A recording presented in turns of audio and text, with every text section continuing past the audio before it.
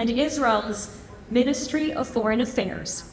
A partnership between Israel's Ministry of Foreign Affairs and the Friends of Zion Museum led to the unprecedented visit.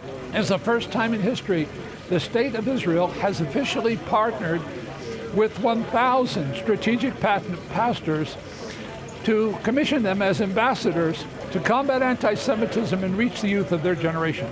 Dr. Mike Evans says Israel's fight is not just on the battlefield. Right now there's an ideological war that Israel's losing. So they need the evangelicals, they need the Zionists to fight an ideological war. One of the goals of this gathering is to strengthen Christian support during a time of growing global anti-Semitism.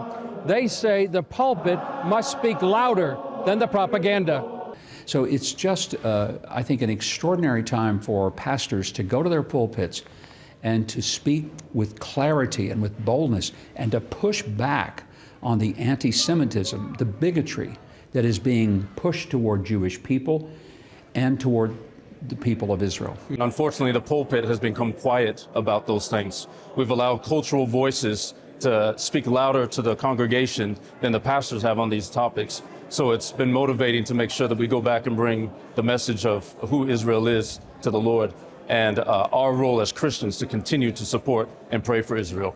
There is a growing cancer within the evangelical movement in America where people are thinking Israel doesn't matter and there's nothing biblical about our relationship to Israel. This is very dangerous.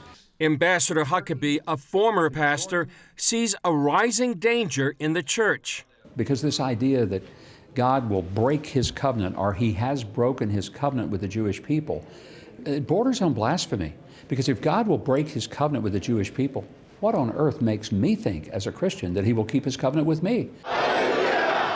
Wednesday, the pastors went to the Nova Music Festival site where Hamas terrorists slaughtered 378 and kidnapped 44. That was emotional. That was devastating. I have 4 teenage children in Austin.